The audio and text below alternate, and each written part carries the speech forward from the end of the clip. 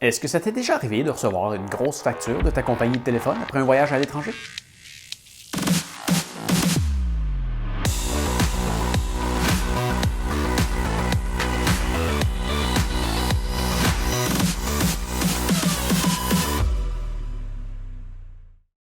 Salut! Je m'appelle Pascal et bienvenue à cette troisième capsule de formation pour t'aider lors de ton prochain voyage. Aujourd'hui, les gens de ma génération font à peu près tout avec leur téléphone intelligent. C'est un outil très pratique, mais on ne réalise pas à quel point toutes les données qu'on peut consulter proviennent de l'extérieur. Je te mets au défi de mettre ton téléphone en mode avion pendant 24 heures. Ouais, tu viens dans le coin de ton téléphone, tu trouves le petit avion, puis tu pèses dessus. Tu vas rester surpris à quel point tu ne peux pas faire grand-chose avec. Wow, mais attends, si tu es en train de me regarder avec ton téléphone, ne fais pas ça tout de suite, sinon...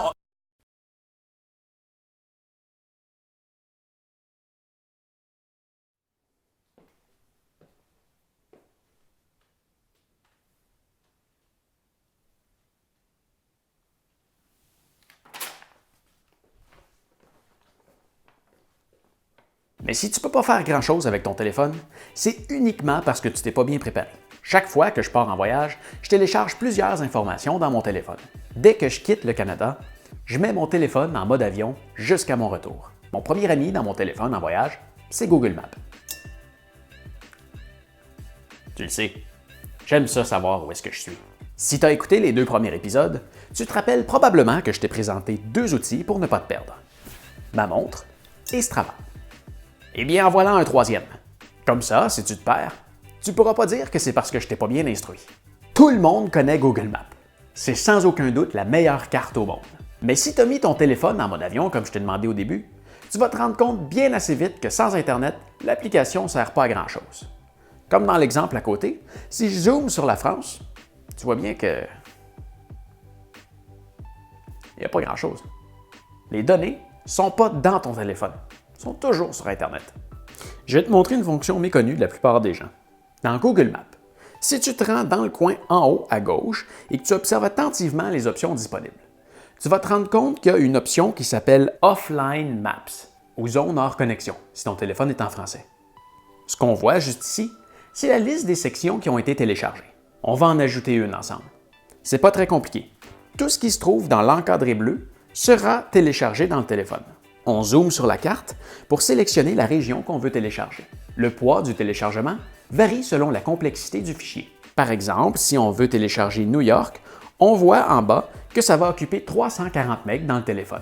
Par contre, si je veux télécharger un endroit de la même dimension, incluant Saint-Tite, Saint-Stanilas de Champlain, Saint-Pierre-les-Becquettes, Saint-Wenceslaus, incluant même Trois-Rivières et Victoriaville, eh bien là, on prend seulement 40 MB.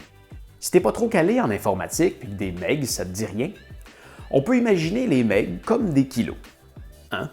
Comme ça, un sac de 40 kilos, c'est 8 fois plus léger qu'un sac de 340 kilos.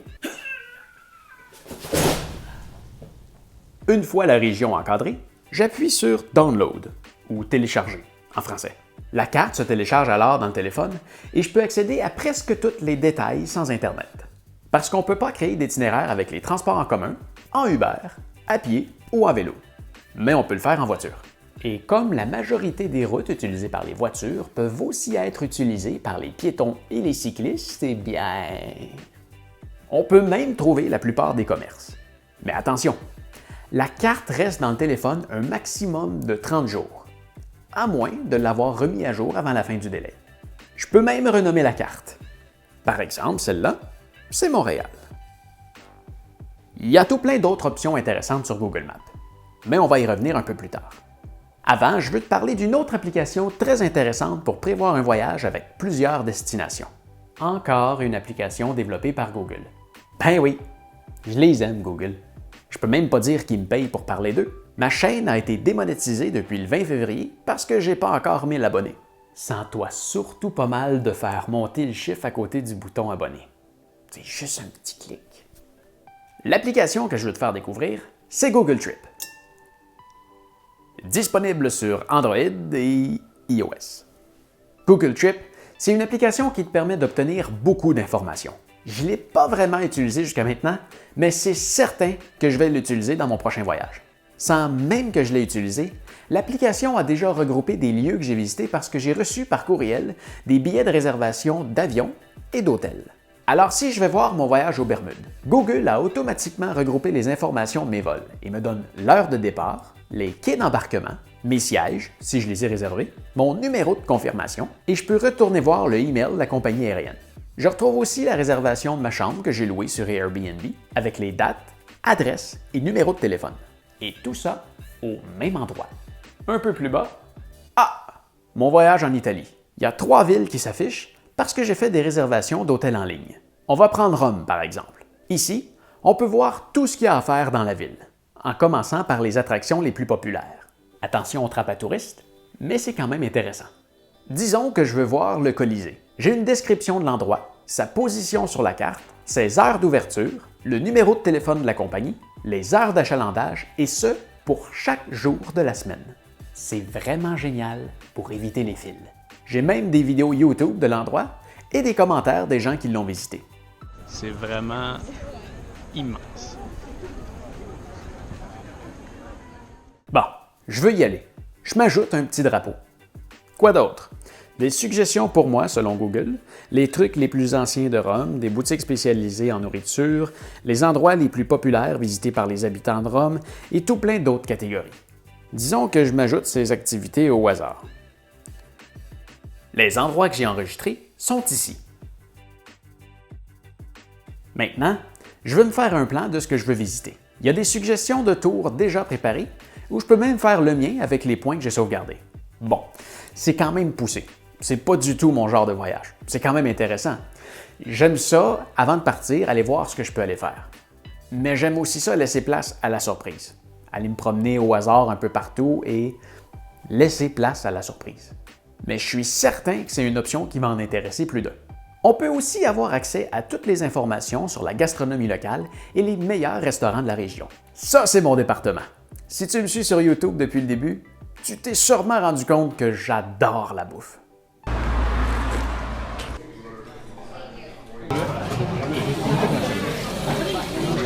Et bien entendu, quand on mange 2 assiettes principales, on a le droit à 2 desserts.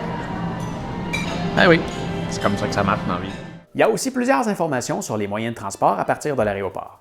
Train, autobus, taxi, les transports en commun de la ville, les recommandations pour conduire, ou pas, ainsi que des informations pour les piétons et les cyclistes. Ah, ça, c'est moi. À la fin, je télécharge les informations de la ville dans mon téléphone pour y avoir accès de partout sans aucune connexion Internet. Après ça, si tu retournes dans Google Maps dans la section Hors ligne, tu vas retrouver toutes les cartes des sections que tu veux visiter avec Google Trip. Oublie pas de les télécharger.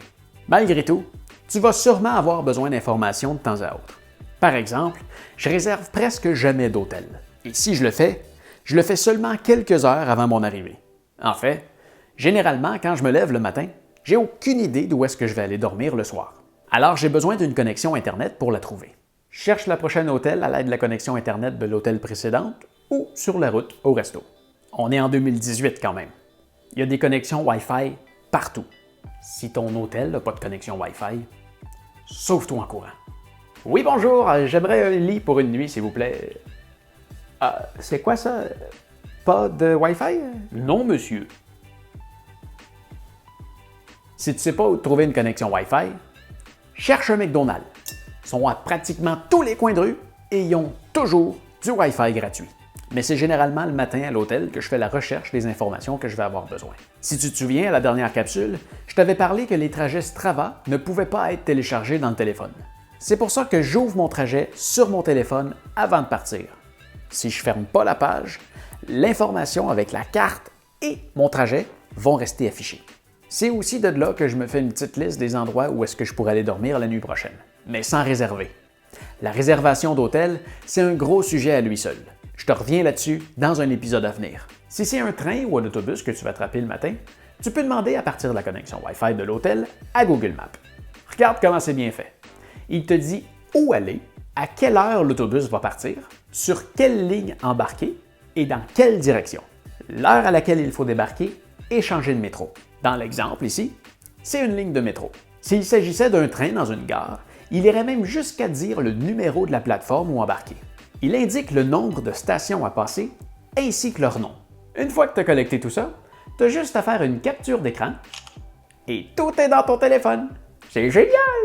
Maintenant, si tu as des fichiers que tu juges importants de garder avec toi dans ton téléphone, tu peux les télécharger dans Google Drive. Ben oui, quelle surprise! Une autre application de Google. Tout ce que tu mets dans ton dossier Google Drive dans ton ordinateur se retrouve aussi dans ton téléphone. Si tu veux les garder dans ton téléphone en mode hors ligne, tu peux activer l'option sur chaque fichier individuellement. Tu peux par exemple garder une copie de certains documents importants.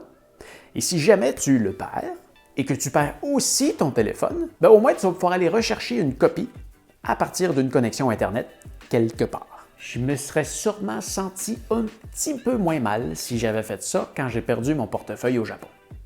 En ce moment, ça paraît peut-être pas, mais je suis vraiment heureux. J'avançais, je me suis retourné, puis la poche dans laquelle je rentre mon portefeuille, je me suis rendu compte que je l'avais laissé ouvert. Puis mon portefeuille, il était plus dedans. Je viens de retourner au dernier endroit que j'ai utilisé mon portefeuille. Je ne l'ai pas trouvé sur le chemin. C'est sur mon deuxième tour que je viens de le retrouver. Quand on est loin de la maison comme ça, puis que dans notre portefeuille, on a notre carte de crédit, l'argent, toutes les cartes importantes, c'est assez fréquent.